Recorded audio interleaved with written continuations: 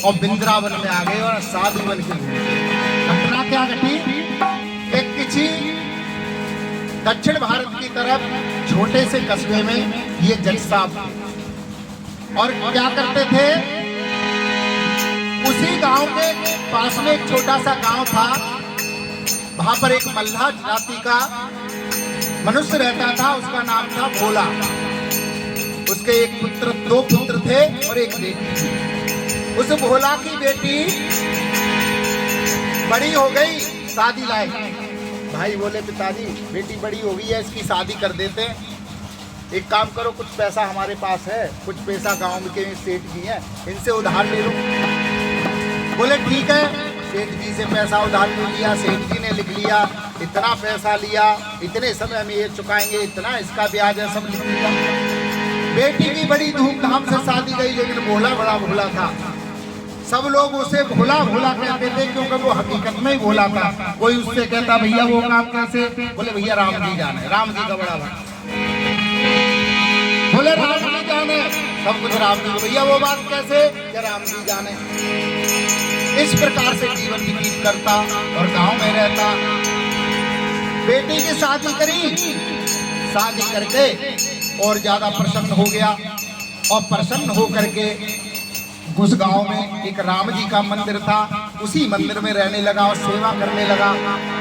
बेटों ने कमाई की और कमाई करके पैसा चुकता कर दिया।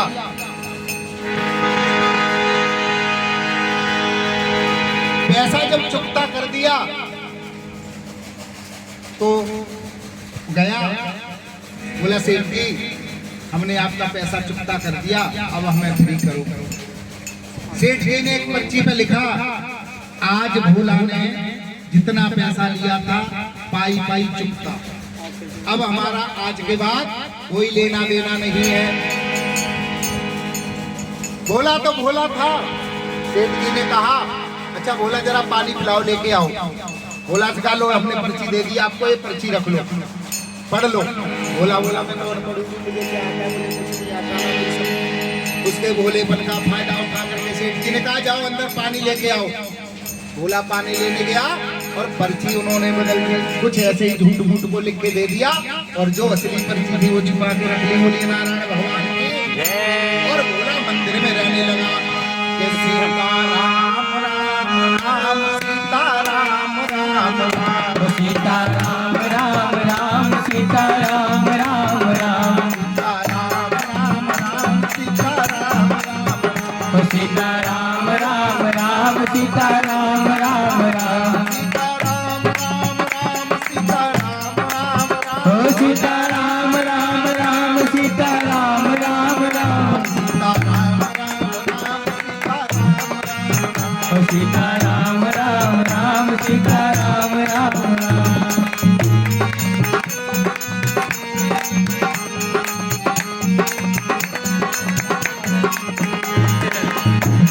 अरे जाऊं कहाँ तज चरण तुम्हारे, ताको नाम पतित पावन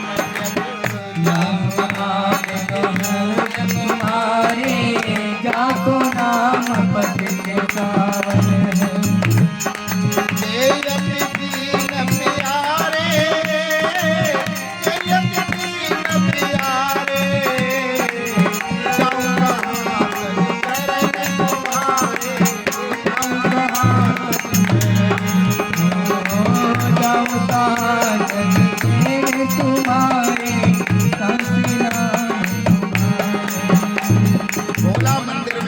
झाड़ू लगाता, भगवान की सेवा रहता, वही भगवान का गुणगान करता। कौन दे घबराए बेरहित, हट हट अदम उधारे। कौन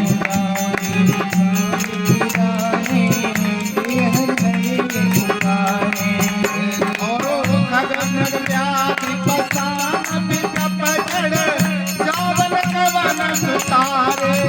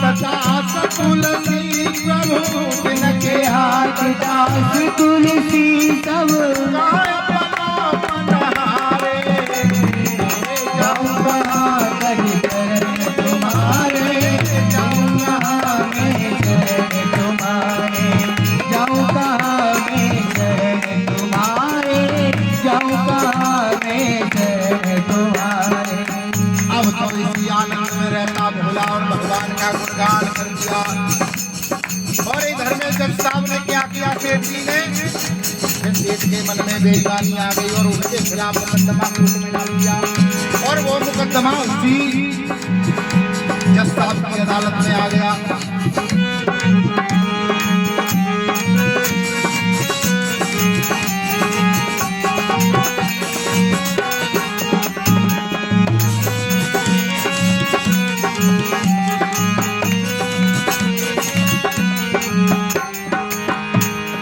और क्या तेरे सर पर सीताराम कर फिर तेरे सर पर सीताराम कर फिर क्या करना। तेरे सिर पर सीताराम कर तेरे सिर पर सीताराम कर फिर क्या करना। करना भाई क्या करना, क्या करना प्यारे क्या करना। तेरे सर पर सीताराम कर फिर क्या करना। तेरे सर पे सीताराम कर फिर क्या करना। कर फिर क्या करना है। कर फिर क्या करना।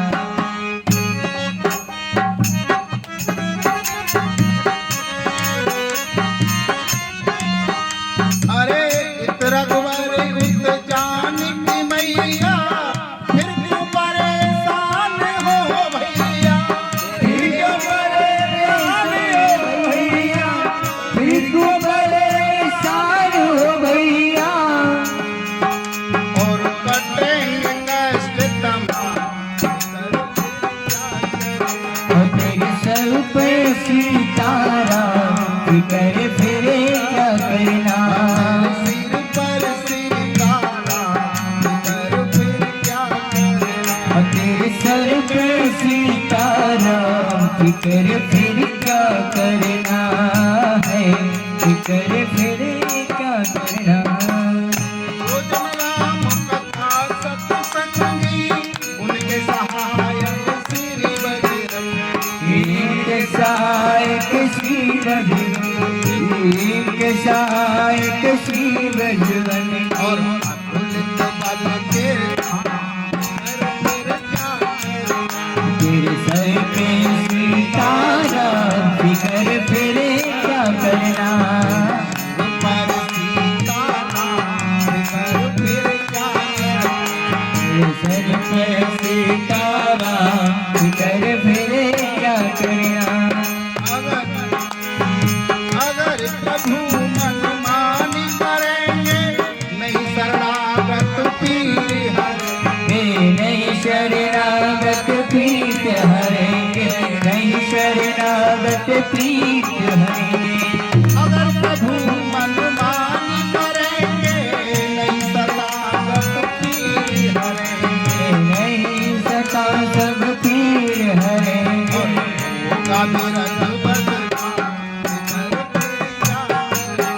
तेरे सिर पे सीताराम कर फिर क्या करना। सिर पे सीताराम कर फिर क्या करना है। कर फिर क्या करना।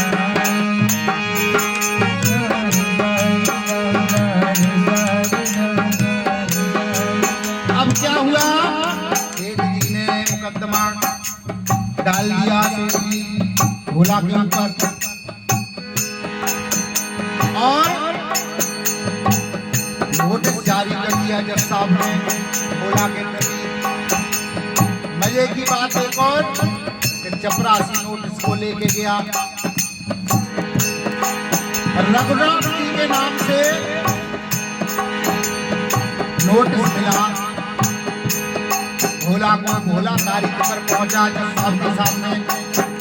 जज साहब ने कहा, भोला आपने कर्जा लिया था? हाँ लिया था हुजूर। चुकता कर दिया? हाँ जी कर दिया। बोला कोई सबूत है? हाँ जी है। वो पर्ची लेके जज साहब को दे दी। उस पर्ची में तो कुछ लिखा ही नहीं था। जज साहब बोले, इस पर्ची से साबित नहीं होता कि आपने कर्जा दे दिया। भाई बात, मैं तो यही समझा था कि यही सब है। अब क्या हुआ? अच्छा ठीक है, अगली तारीख पे आना। इधर में जज साहब ने एक बात और पूछी, ये बताओ, बोला जब तुमने पैसा दिया था तो तुम्हारे और सेठ जी के बीच में और कोई था तीसरा आदमी? बोले हाँ था। बोले कौन? बोले रघुनाथ जी। क्योंकि वो तो जानता था कि हर जगह भगवान है तो वहां भी होंगे। बोले रघुनाथ जी थे। बोले अच्छा ठीक है, अगली तारीख पे आना। अब जज साहब ने रघुनाथ जी के नाम से नोटिस जारी कर दिया गवाह के रूप में। चपरासी लेके चला नोटिस को। अब पूरे गांव में ढूंढता फिरता है कि कोई रघुनाथ जी है, लेकिन वहां कोई रघुनाथ नाम का कोई आदमी नहीं था। कोई बोला भैया एक मंदिर है रघुनाथ जी का, वहां जाके देख लो। चपरासी मंदिर में गया, पंडित जी बैठे थे, सीताराम सीताराम जप रहे। नौकर कुछ ने चपरासी सो जाए, इन्हीं का नाम रघुनाथ जी होगा। बोलो लो, नोटिस आया है। नोटिस देखा चपरा पंडित जी ने, बोले नोटिस रघुनाथ जी के नाम का? बोले यही है। साइन कर दिए चपरासी ने, चपरासी के लिए पंडित जी ने। और कहने लगे भगवान तुम्हारी बड़ी लीला है, कभी तुम्हारे लिए सोने का हार आता है, कभी वस्त्र आते हैं, कभी श्रृंगार आता है, कभी मिठाई आती है, फल आते हैं, लेकिन आज नोटिस। ठीक है, जैसी प्रभु की आपने।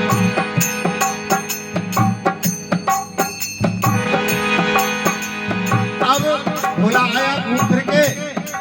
पंडित जी बोले भोला, रघुनाथ जी का नोटिस आया, क्या तुमने नाम लिखवाया था रघुनाथ जी का? बोले हाँ। बोले भगवान जी का नाम लिखवा दिया? अरे बोले लिखवा दिया, जब सब जगह तो वहां भी होते, लिखवा दिया। बोले अच्छा। नोटिस आया, धीरे धीरे समय बीता और तारीख आगे कर दी। भोला सुबह सुबह सज धज के और कचहरी के लिए जाने को तैयार हो गया। इधर पुजारी जी भगवान से विनती करने लगे, हे भगवान रघुनाथ जी, इसका आपके अलावा कोई नहीं, आज जाना जरूरी है। अब पंडित जी ने उनके लिए बढ़िया वस्त्र पहनाए, मेवा मिष्ठान का भोग लगाया कि रघुनाथ जी आज कचहरी में जाएंगे, कुछ खा पी के जाएंगे तो सही रहेगा। हरे व्यापक सरल वैद्य समाना, से प्रकट होए सर्वत्र समाना, प्रकट होए। हरे बिन संकट कौन निवारे, संकट कौन निवारे। साधनहीन मलिन दीन में जाओगे अब द्वारे, या अनाथ की नाथ लाज रघुनाथ जी हाथ तुम्हारे। हर बिन संकट कौन निवारे, हरि बिनु संकट कौन निवारे। दीन दयाल सुनी जब के तब के मन में कछु ऐसी बसी है। देव कहाँ और जाऊँ कहाँ, बस तेरे ही नाम की भेंट की है। बस तेरे नाम की भेंट करी, बस तेरे नाम की भेंट करी है। तेरो ही आसरो एक मलूक, नहीं तब सो कोई और जसी है। ये हो मुरारी मुरारी कहो, अब तेरी हंसी नहीं मेरी हंसी। अब तेरी हंसी में मेरी हंसी, अब तेरी हंसी में मेरी हंसी है। हर बिन संकट कौन निवारे, ओ हरि बिनु संकट कौन निवारे। ओ हरि बिनु संकट कौन निवारे। ओ हरि बिनु संकट कौन निवारे। अब तो भोला पहुंचा तारीख पे, आवाज लगी, भोला हाजिर हो, जज साहब के सामने पेश हुआ। जज साहब बोले गवाह आया है? हाँ जरूर आया होगा प्रभु। यही कहाँ है? बोले यही होंगे। 3 बार आवाज लगी भोला की, तो क्या एक वृद्ध की झुकी सी देह, दुपट्टी पट्टी सी शीश बंद धरे आए हैं। आत्माएं खड़ी पड़ी तुलसी की ही माला, माथे पर डोरी और चंदन लगाए हैं। माथे पर डोरी और चंदन लगाए हैं। साव के सामने विनीत चपरासी साथ आज रघुनाथ जी गवाह बने आए हैं। भोला गवाह बने आए हैं, गवाह बने आए हैं, गवाह बने आए, गवाह बने आए। अब जैसे ही भोला ने देखा गवाह आ गए तो भोला ने तो मन ही मन में प्रणाम कर लिया और सेठ जी चौंक गए, बोले रघुनाथ जी कहाँ से आ गए, ये कहाँ थे।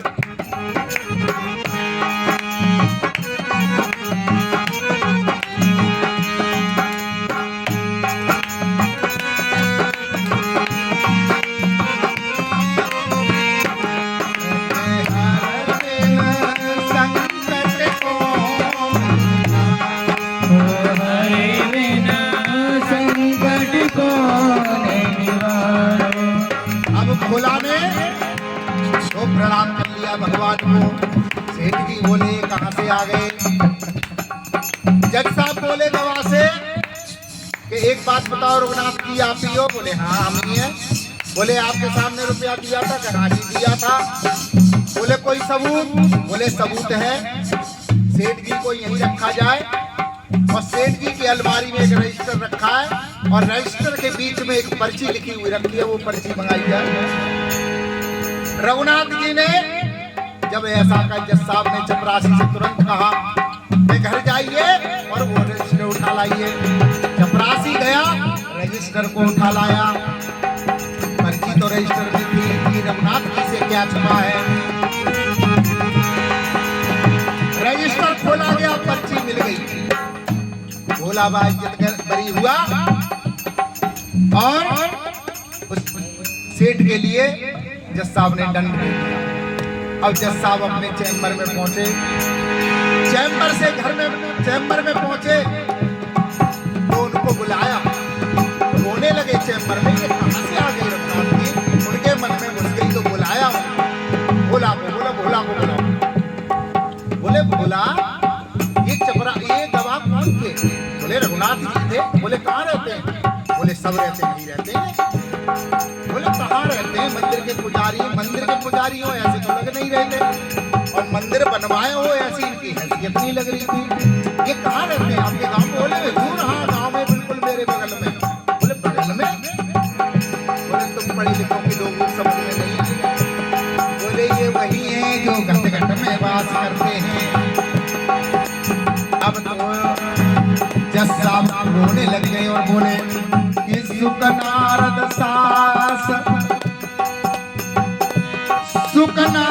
सारद शेष गने हो के न ध्यान में आते रहे। सोई आज विनीत अदालत में भोला के गवाह कहाते रहे। सुख धोखे उसे दर्श दिए को भयो। सब बोले अरे जज साहब आप रो क्यों रहे हो। बोले आज तो बड़ी बेअदबी हो गई भगवान की। भगवान आए और मैं कुर्सी पे बैठा रहा। सुख धोखे उसे दर्श दिए को भयो, दुख नाही तज वो जाते रहे। बोले दुख इस बात का नहीं है कि वो आके चले गए, दुख इस बात का है कि धोखे से आए और मैं उनको पहचान नहीं पाया। कुर्सी पे बना जज बैठा रहा, मुझे समझाते रहे। कुर्सी पे बना जज बैठा रहा, जगदीश मुझे समझाते रहे। बोले भगवान खड़े खड़े गवाही देते रहे और मैं समझाता रहा। ये बेअदबी हो गई और जज साहब ने तुरंत क्या किया कि अपने पद प्रतिष्ठा से इस्तीफा देकर के वृंदावन में आ गए। बोलिए नारायण भगवान की। मगर जानता हूँ गया मगर जानता हूँ।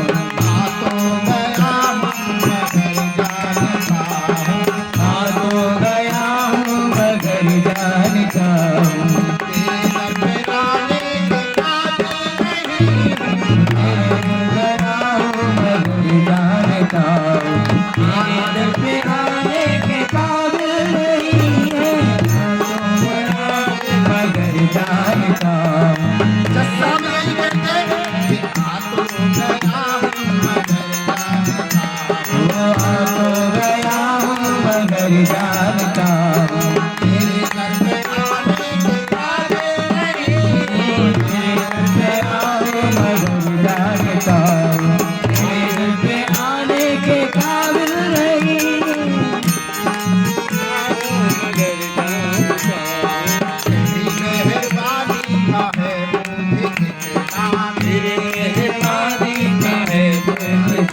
इसे ठिकाने के काबिल नहीं।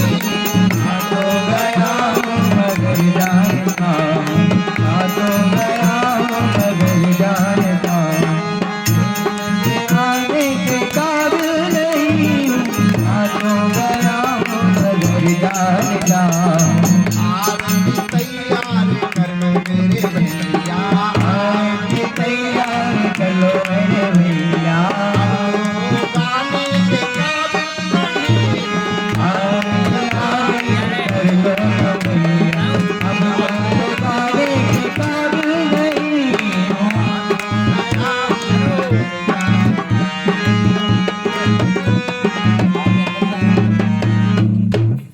करो जी आरती तैयार। तैयार है, आ जाओ सब। जाओ जाओ। चलो जलाओ। ये निकल दी। हरि ओम चंद्रमा मानसोत्र